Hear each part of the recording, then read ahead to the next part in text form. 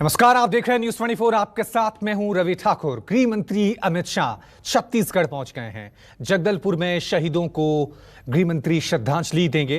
तस्वीरें हम आपको दिखा रहे हैं किस तरह से देश के गृह मंत्री अमित शाह शहीद जवानों को श्रद्धांजलि अर्पित करते हुए, कल जिस तरह से वो नक्सली अटैक हुआ था उसके बाद बैठकों का दौर चल रहा था और खुद गृह मंत्री ने कहा था कि वो खुद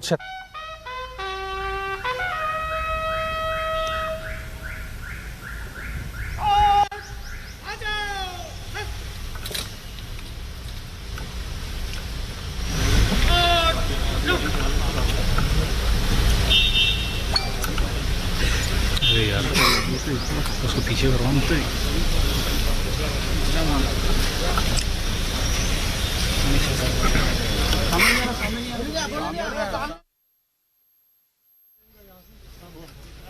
इधर से आएंगे हम लोग।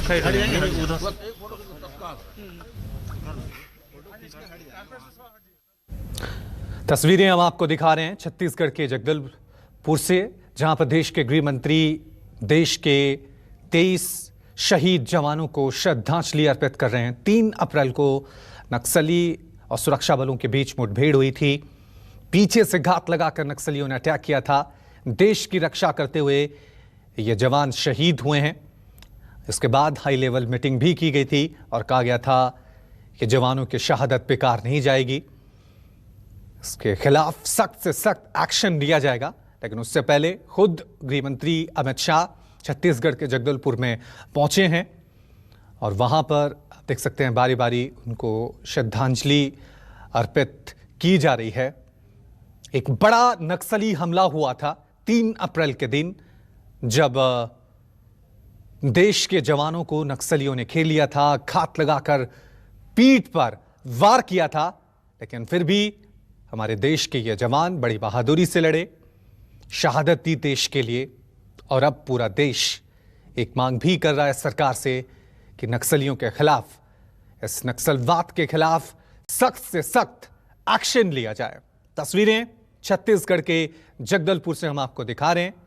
अमित शाह खुद छत्तीसगढ़ पहुंचे, देश के उन तमाम जवानों को जिन्होंने देश की रक्षा के लिए शहादत दी है, उनको याद करते हुए, उनको नमन करते हुए और उनको श्रद्धांजलि अर्पित करते हुए नजर आ रहे हैं। नक्सलवाद जिस तरह से अपनी जड़ें जमा रहा है, कुछ दिनों से ज्यादा कोई वारदातें देखने को नहीं मिली थी, लेकिन 3 अप्रैल को जो घटना हुई उसने पूरे देश को झकझोर दिया था।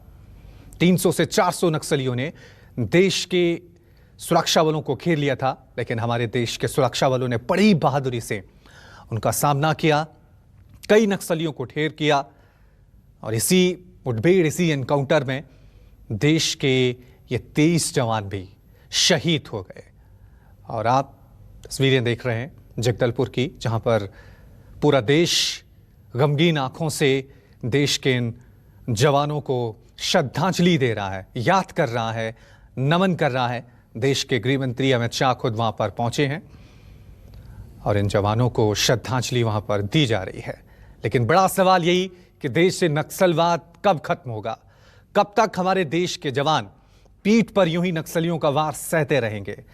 हालांकि सरकार ने एक हाई लेवल की बैठक जरूर की है और यह भी कहा है कि नक्सलियों के खिलाफ सख्त से सख्त एक्शन लिया जाएगा। अब देखना यह है कि अब सरकार क्या कड़ा कदम यहां पर उठाती है।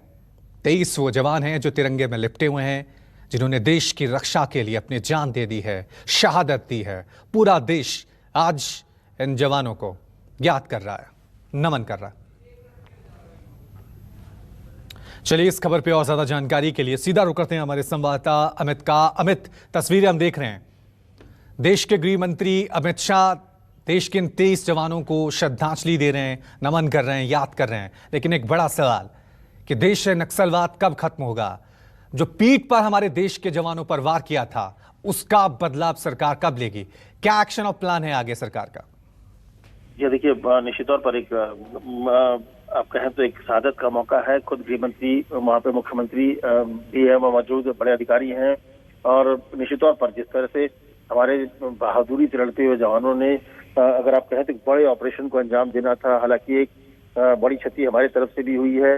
जब करीब 22 जो जवान शहीद हो गए तो एक गमगीन वाला माहौल भी है और निश्चित तौर पर एक जो कड़ी जो चुनौती है उसको भी निपटना है। और अब जब वहाँ पहुंचे हैं, ग्राउंड जीरो भी जाएंगे जहाँ पर ये हमला हुआ है, जहाँ पर ये मुठभेड़ चला था, और इसके बाद वो रायपुर आने वाले हैं। रायपुर में गृह मंत्री तमाम बड़े अधिकारियों के साथ बैठक भी करेंगे। तो एक रणनीति पर चर्चा जरूर होगी कि कैसे, क्योंकि एक बड़ा हमला था और अभी भी 30 से ज्यादा जवान घायल भी हैं, तो कैसे जवाब देना है। गृह मंत्री ने कहा भी था कल जब असम के दौरे से वो वापस आए बीच में छोड़ के कि जो शहीद जो बलिदान दिया है जो हमारे जवानों ने, उनका बलिदान जो है व्यर्थ नहीं जाएगा और एक बड़ी कार्रवाई की जाएगी। ये ऑपरेशन भी जो था करीब 1500 से ज्यादा जवान लगे थे। जो हिडमा एक दुर्दांत आप कह सकते हैं नक्सली है, उसके इनपुट उनके बारे में जानकारी मिली थी कि वो वहां मौजूद है और इसी के बाद ये ऑपरेशन चल रहा था।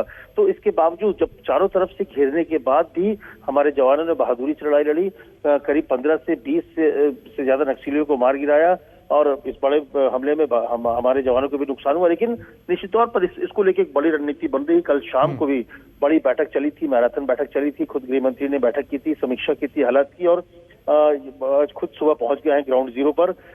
न सिर्फ जो वहां पे जवान है उनका हौसला अफजाई करने के लिए, लेकिन साथ ही साथ किस तरह से आगे आने वाले समय में इस पूरे नक्सलिज्म को लेकर, जो क्योंकि अब अगर आप देखें तो ये सिमट कर जो दंतेवाड़ा, बीजापुर और इस तरह के इलाकों में आकर सिमट गया है, जो पहले छत्तीसगढ़ के पहले इलाके, आंध्रा इलाके और जब और भी इलाकों में था।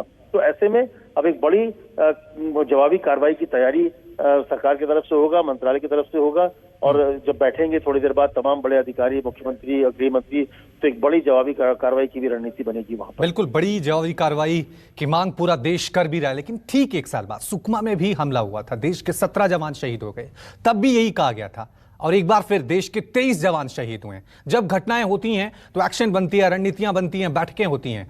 क्या नक्सलवाद खत्म होता है? ये सवाल बना हुआ है। एक छोटा सा ब्रेक ले रहे हैं, फौरन हाजिर होंगे। देखते रहिए News 24।